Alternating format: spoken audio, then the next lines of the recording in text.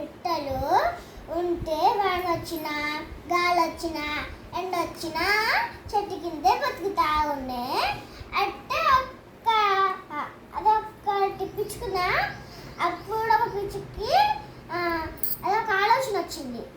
పోతే మా అందరం ఇల్లు కట్టుకున్నామా ఒకటి అంటే అందరం ఒక్కొక్క ఇల్లు కట్టుకున్నారు. ఏ ఇల్లు అంటే నేను చెప్తా టీచర్. ఇంకొక ఇల్లు ఏం చేసింది, అలా పిసికి ఏం చేసిందంటే ఒక పెద్ద రాళ్ళు అది ఒక పెద్ద ఇటుక, అది ఒక పెద్ద మట్టి రాళ్ళు తెచ్చుకుని ఒక ఇల్లు కట్టుకున్నది. అది ఇంకో పిచ్చికి ఏం చేసిందంటే మంచిగా కట్టి పుల్లలు తెచ్చుకొని ఒక మంచి గుడిసె కట్టుకున్నది. తర్వాత ఇంకో పిట్ట ఏం చేసిందంటే మంచిగా చెట్టు కిందే బతుకుతా ఉన్నది. తర్వాత అక్కడ ఒక పెద్ద తుమ్మాడు వచ్చింది. వస్తే ఇలా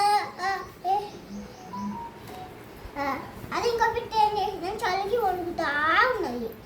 వణుకుతా ఉంటే ఇంకో పిట్ట ఏం చేసిందంటే అది కట్టుకునేతో ఇల్లు కట్టుకుని మొత్తం కోల్పోతే రెండు పిట్టలు మంచిగా తెచ్చుకుంటా లాస్ట్ పిట్ట దగ్గరికి వెళ్ళింది. లాస్ట్ పిట్ట దగ్గరికి వెళ్తే అది నేను మీ ఇంట్లో వండుకుంటే ఏమనుకోవద్దు, నా ఇల్లు కూలిపోయింది అని అనింది.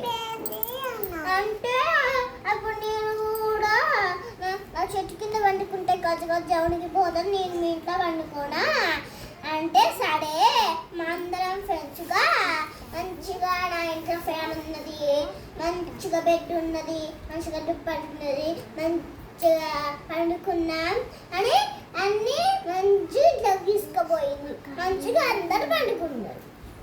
ఏం కదా ఇది? ఎన్ని పిట్టలు? ఎన్ని పిట్టలు? ఎన్ని పిట్టలు కదా ఇది? Very good. క్లాప్స్ కొట్టండి రా, చక్కగా చెప్పండి.